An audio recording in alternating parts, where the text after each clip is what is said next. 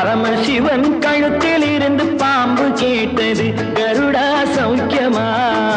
யாரும் இருக்கும் இடத்தில் இருந்து கொண்டால் எல்லாம் சௌக்கியமே. கருடன் சொன்னது அதில் அர்த்தம் உள்ளது.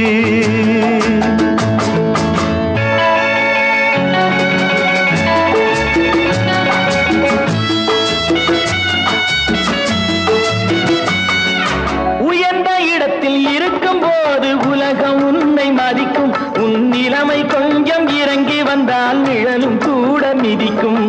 உயர்ந்த இடத்தில் இருக்கும் போது உலகம் உன்னை மதிக்கும். உன் நிலைமை கொஞ்சம் இறங்கி வந்தால் நிழலும் கூட மிதிக்கும்.